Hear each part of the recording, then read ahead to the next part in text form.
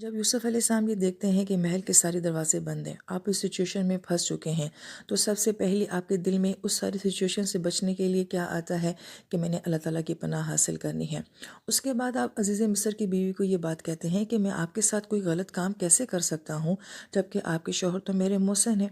اب ظاہری بات ہے کہ یہ الفاظ سن کے جو ہے عزیز مصر کی بیوی جو ہے وہ بڑا ہرٹ ہوتی ہیں اور غصے میں بھی آ جاتی ہیں۔ اگر ہم اس ساری سچویشن کو سوچیں، بالخصوص ہم عورتیں خود سوچیں کہ اگر ایک عورت اپنا آپ بالکل کسی مرد کے آگے پیش کر دے اور مرد اس کو انکار کر دے تو انسان کتنی ذلت محسوس کرتا ہے۔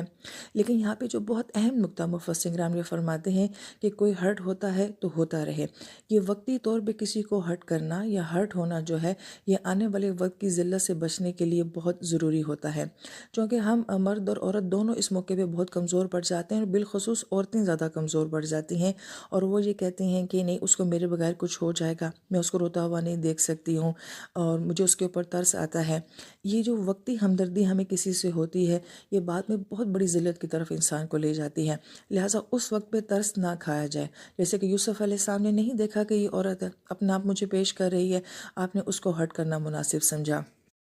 اور پھر اس مقام پہ دوسری بہت ہی اہم بات یہ کہ عموماً ایسا ہوتا ہے کہ شیطان ہمارے دل میں یہ خیال ڈالتا ہے کہ وہ تمہیں اتنا چاہتا ہے، اتنا پسند کرتا ہے، تمہاری خاطر اتنا کچھ کرتا ہے، تو گویا کہ اس وقت میں ہمیں اس سے ہمدردی ہو جاتی ہے۔ لیکن یہاں پہ دیکھیں یوسف علیہ السلام کیا فرما رہے ہیں، حالانکہ عزیز مصر کی بیوی بھی ان کے اوپر بہت مہربان تھے، ان کا بہت خیال رکھتی تھی، ان کو بہت رعایت دی ہوئی تھی، لیکن انہوں نے یہاں پہ بجائے یہ سوچنے کہ یہ میرے ساتھ کتنی اچھی تھی، یہ کہا کہ آپ کے شوہر میرے بہت بڑے محسن ہیں، خرید کے تو وہی مجھے لائے، محل میں پناہ تو مجھے ان کی وجہ سے ملی ہے۔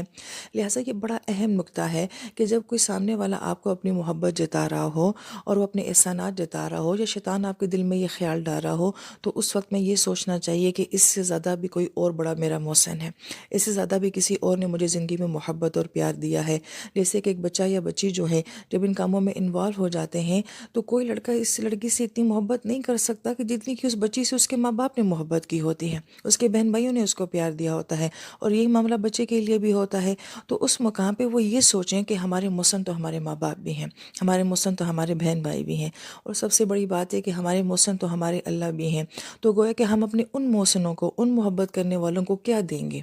یہ بہت اہم نقطہ ہے۔ اس لیے یہاں پہ یوسف علیہ السلام نے کہا کہ آپ کے شوہر کے میرے پہ اتنے احسان ہیں، میں آپ کے ساتھ کیسے غلط بات کر سکتا ہوں؟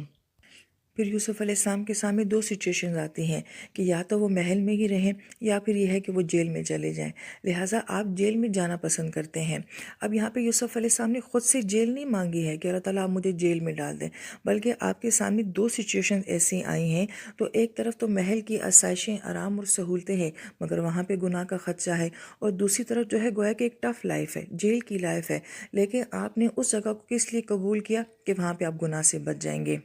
تو گویا کہ یہ محض ایک قصہ جو ہمیں سنایا جاتا ہے، ہم اس کا صرف ظاہری پہلو نہ دیکھیں کہ ایک طرف محل ہے اور ایک طرف جیل ہے، یہ دراصل میں اصل بات جو قرآن ہمیں کہتا ہے کہ ایک طرف گناہ ہے اور ایک طرف گناہ سے تحفظ ہے۔ تو تمہیں کون سی جگہ، کون سے لوگ، کون سی سچویشن جو ہے تمہیں سپورٹ کرتی ہے گناہ سے بچنے کے لیے، اس کو تم اختیار کرو۔